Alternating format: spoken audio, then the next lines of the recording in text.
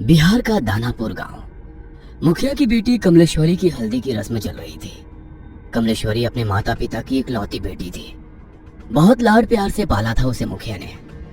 बेटी बड़े घर में जाकर राज करे, यही इच्छा मन में दबाकर वो अपनी बेटी के रिश्ते की बात एक बहुत बड़े घराने में चलाता है। कमला की सुंदरता पर मोहित होकर किसी जमाने में जमींदार रहे अखिलेश बाबू अपने बेटे कुलदीप के लिए कमला को पसंद कर लेते हैं। फुलवा, ये ले, ये हल्दी उपटन और पानी बेटिया के ससुराल से आया है। जल्दी से इसे हल्दी में मिला, फिर रस्म शुरू करते हैं। काकी की बात सुनकर कमलेश्वरी की माँ फुलवा जाकर बिटिया के ससुराल से आई शगुन की हल्दी घोल कर ले आती है। चारों ओर चहल पहल थी। ढोलक की थाप पर औरतें मंगल गीत गा रही थी। जैसे ही हल्दी की रस्म शुरू होती है, कमलेश्वरी जोर जोर से चीखने लगती है। ये क्या लगा दिया मेरे पूरे बदन में? ऐसा लग रहा है जैसे किसी ने खाल खींच ली हो। बहुत दर्द हो रहा है माँ।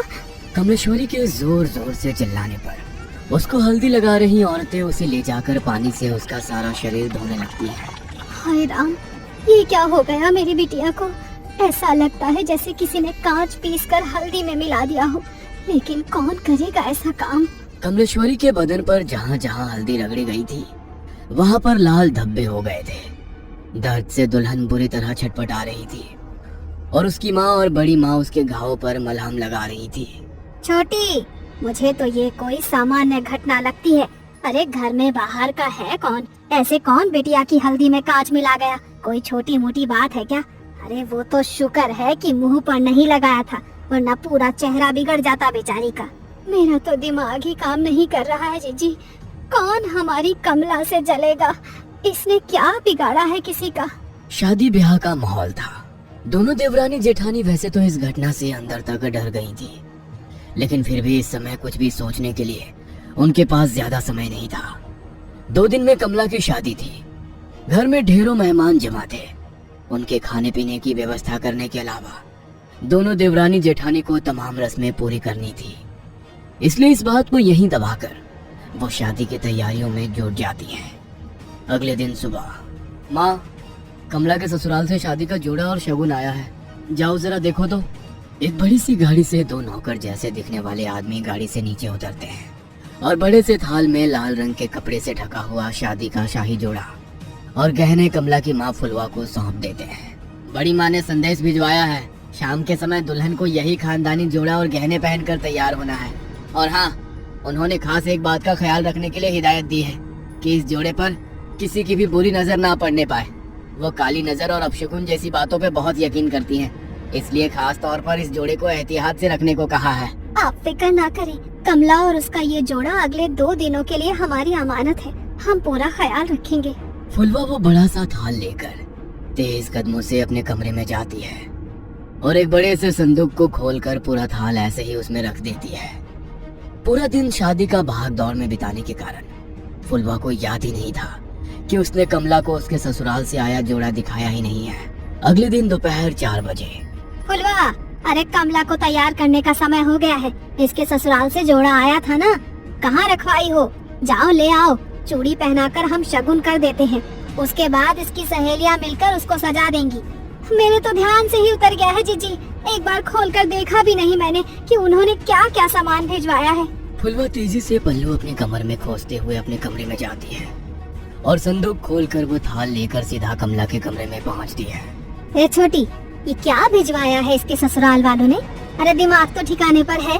ये लाल रंग के शगुन के जोड़े के साथ काले रंग की चूड़ियाँ कौन भिजवाता है? अरे ये तो अपशगुन होता है। कहने को तो इतने बड़े लोग हैं, लेकिन क्या यही समझदारी है इन ऊंची हवेली वालों की? अरे नई दुल्हन को काली चूड़ियाँ कौन पहनाता है भला?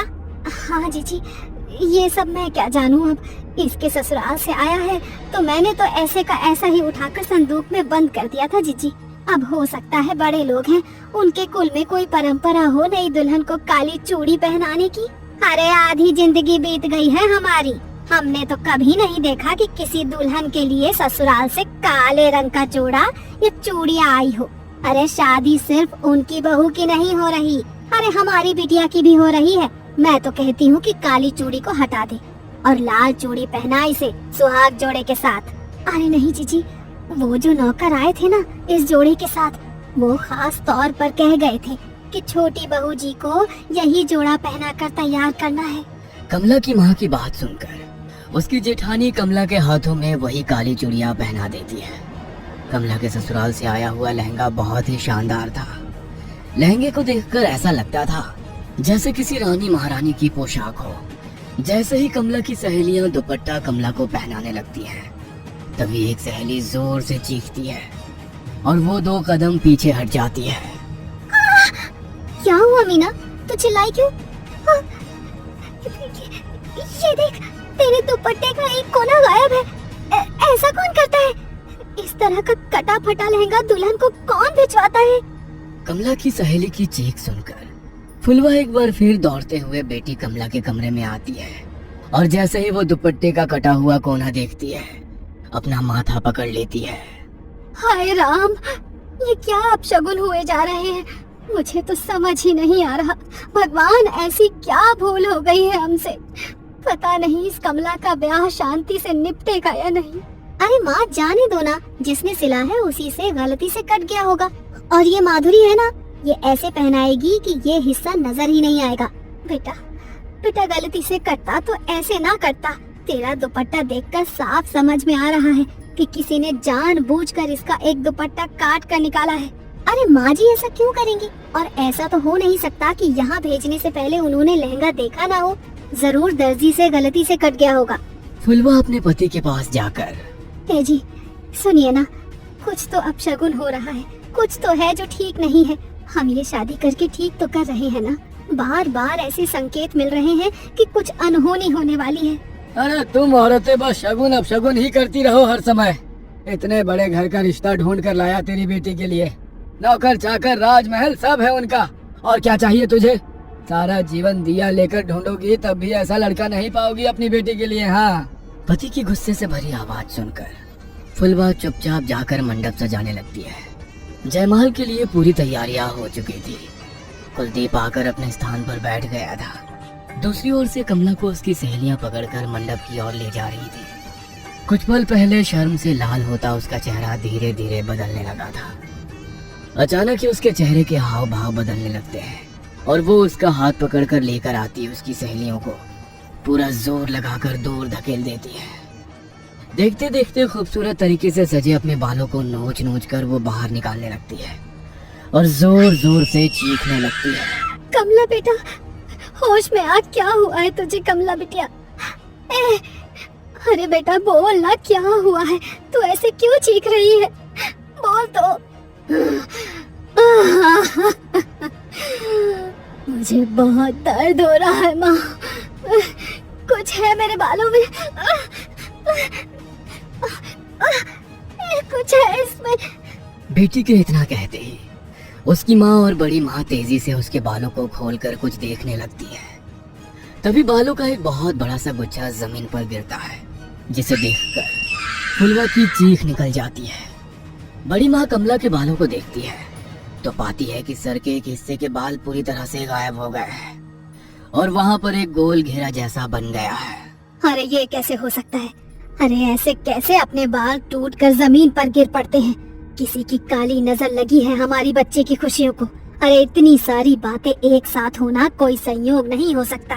कमला अभी भी घबराकर अपनी माँ के गले लगी हुई थी और जोर जोर से रो रही थी। फुलवा, बिटिया को ले जाओ और जाकर इसका हुलिया ठीक करो और फिर से जयमाल के लिए लेकर आओ। समय निकला जा रहा है, दामाद जी इंतजार कर रहे हैं। पता नहीं, लगता है आज का मुहूर्त ही गलत है।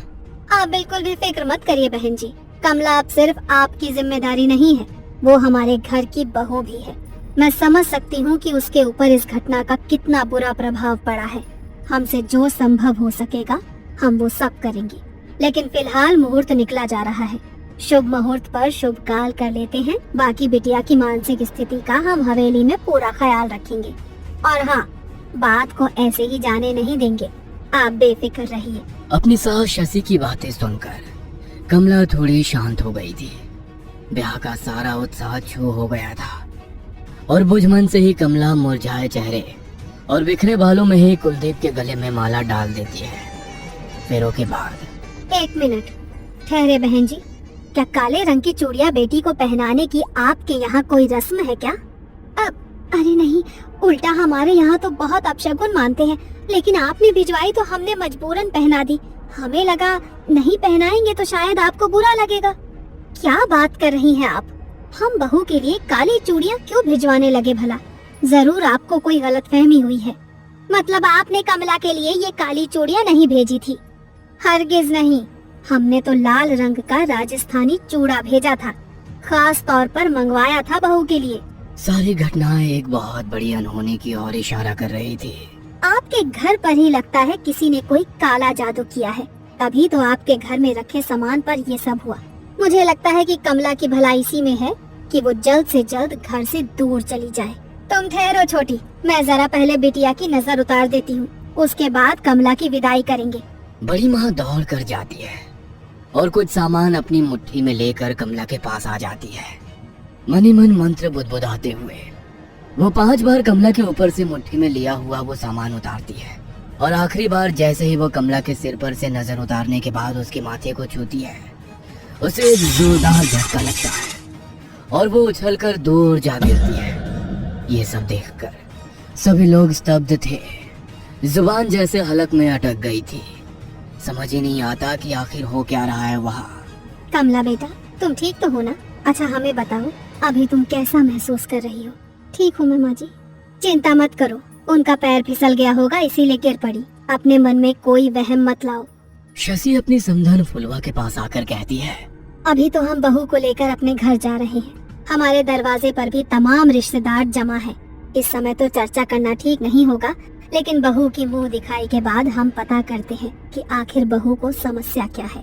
तब तक आप भी कोई जानने वाले आदमी को बुलाकर अपने घर का शुद्धिकरण करा लीजिए। जी बहन जी, ठीक कह रही हैं आप।